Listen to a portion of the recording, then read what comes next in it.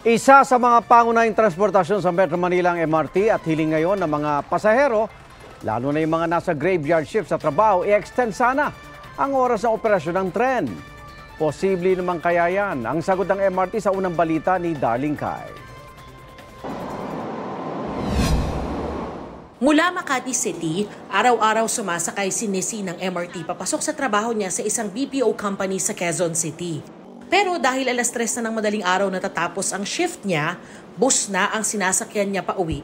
Sa ngayon kasi, alas 4:30 ng madaling araw hanggang pasado alas 10 ng gabi ang regular operating hours ng MRT. Kung si Nesi ang tatanungin, mas maganda po, accessible siya 24 hours. Mas makakatulong po yun sa akin kasi at least hindi na po ako aakyat o bababa. At saka mabilis na kasi malapit lang po sa akin.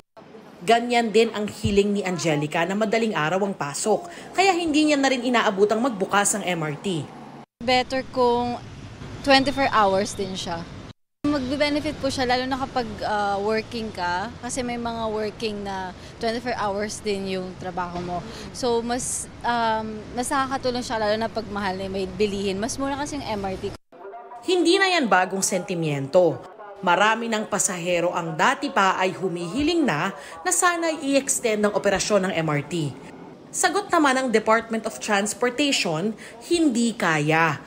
Mayroon kasing maintenance activities na kailangan gawin araw-araw.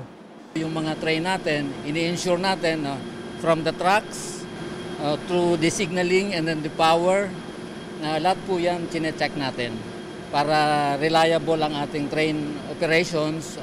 At saka yung safety na ensure natin na wala tayong aberya.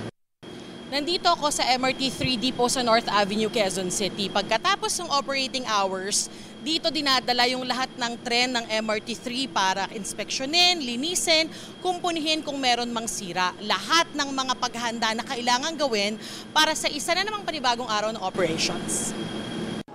Pagkatapos ng operating hours ng MRT o iyong tinatawag na revenue service, ini-inspeksyon ng loob at labas ng bawat bagon.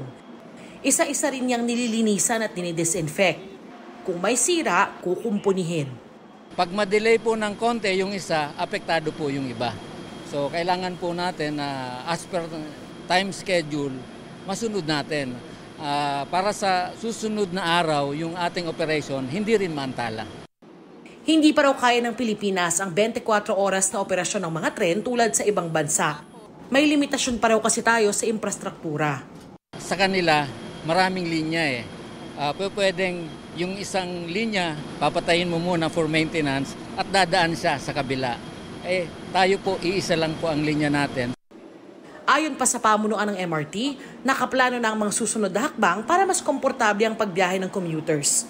Sa ngayon, 3 bagon ang tumatakbo kada train set. Layon daw pahabain ng tren sa pamamagitan ng pagdadagdag ng ika-4 na bagon para mas marami ang makasakay. Ito ang unang balita sa Quezon City. Darlene Kai para sa GMA Integrated News.